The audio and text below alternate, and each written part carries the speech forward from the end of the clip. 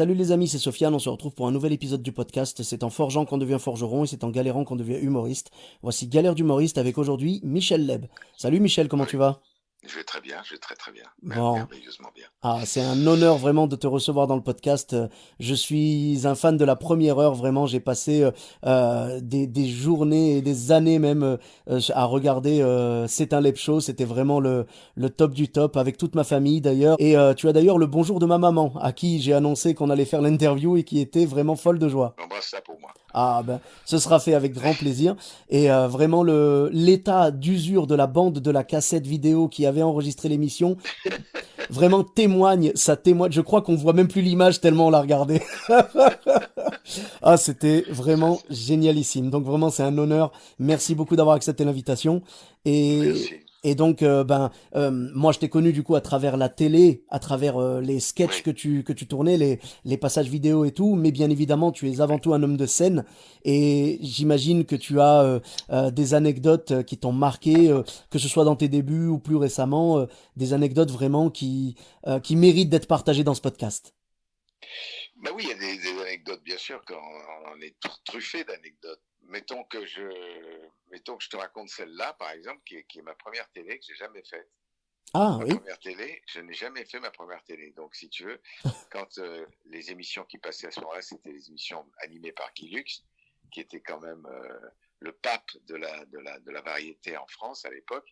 Et il m'avait proposé de venir faire un sketch très court entre Michel Sardou et Johnny Hallyday. Ou entre Johnny Hallyday et Michel Sardou, peu importe. Mais enfin bon, c'était entre les deux. Et alors, Guy Lux présentait l'émission. Et à un moment donné, alors moi j'avais tout préparé. J'avais préparé un sketch qui durait 1 minute, le temps qu'il place les caméras de Johnny à Michel Sardou. Et donc, moi, j'étais dans un coin du studio et il fallait que je fasse un petit sketch très court, très visuel. Et j'avais préparé un truc. Et à ce moment-là, Johnny vient, arrive et chante. Il fait un carton, évidemment. Tout le studio 102, ça s'enregistrait au studio 102 de la maison de la radio à l'époque. Et là, Guy Lux dit bravo Johnny. Alors tout le monde est debout à hurler Johnny, Johnny. Et il dit maintenant, je vais vous présenter notre Michel National, qui est vraiment extraordinaire, qu'on adore, on adore. Je dis, c'est ma première télé, il est vachement gonflé de dire moi, notre Michel National, parce que je ne suis pas du tout national pour le moment, je suis local. Je ne suis même pas local, je suis studio.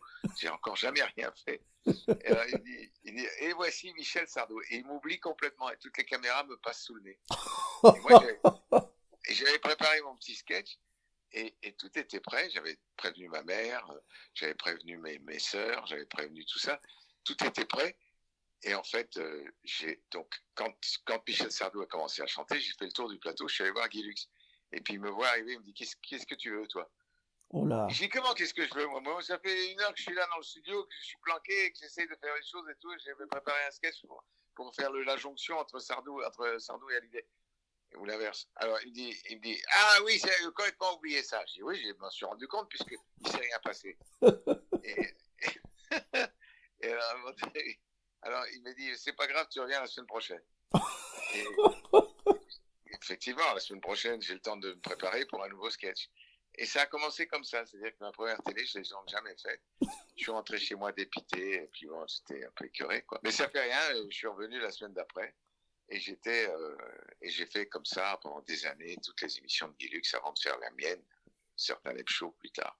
D'accord. Voilà. Ok, ok. Ah Et oui, c'est franchement donc ça c'est une vraie galère, hein. Ça c'est une vraie ouais, galère. totalement. Oui, là c'est sûr que c'est une vraie galère. Et comment ça s'est passé après le coup de fil à la maman pour dire maman finalement désolé, il y a eu un problème. Ben, maman, tu m'as pas vu à la télé. Elle me dit non, je t'attends, je t'attends. Je dis tu m'attends, mais tu me verras pas parce que l'émission est finie et là je suis en voiture et je rentre à la maison.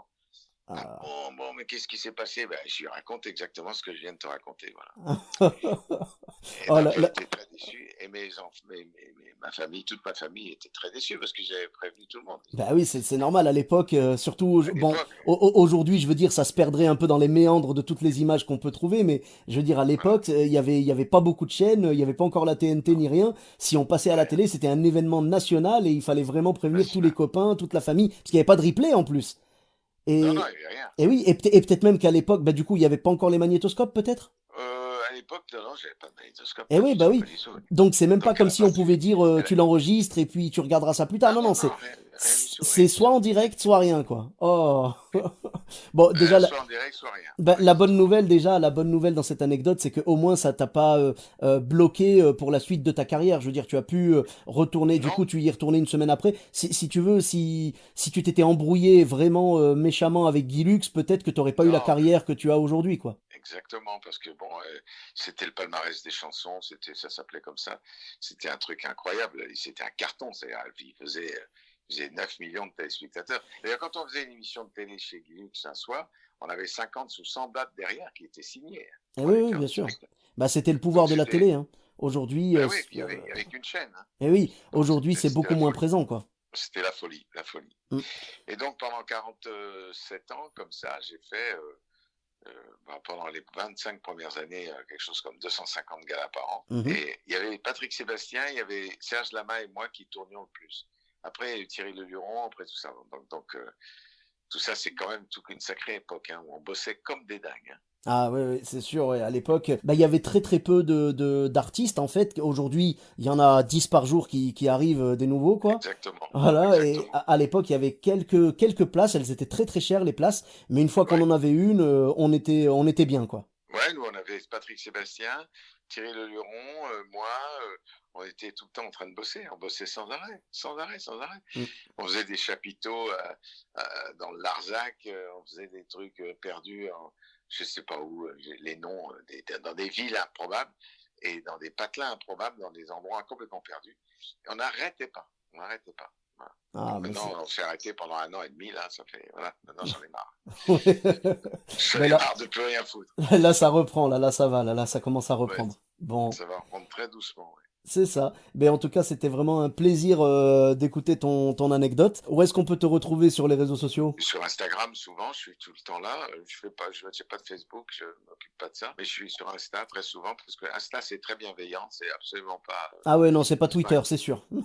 c'est pas agressif ni Facebook, tout ça, tout ce qu'on peut apprendre là-dessus et entendre comme horreur. Maintenant, là, je suis sur Instagram et c'est ma seule façon de communiquer avec mes amis. D'accord. Pour ma Voilà. part, vous me retrouvez sur tous les réseaux sociaux, donc Sofiane Etaï, E2TAI, sur Facebook, Twitter, YouTube, Instagram et TikTok. N'hésitez pas à laisser 5 étoiles et un commentaire sur Apple Podcast et sur Podcast Addict. Je vous dis à très bientôt pour un nouvel épisode. Bis à tous, même à toi là-bas.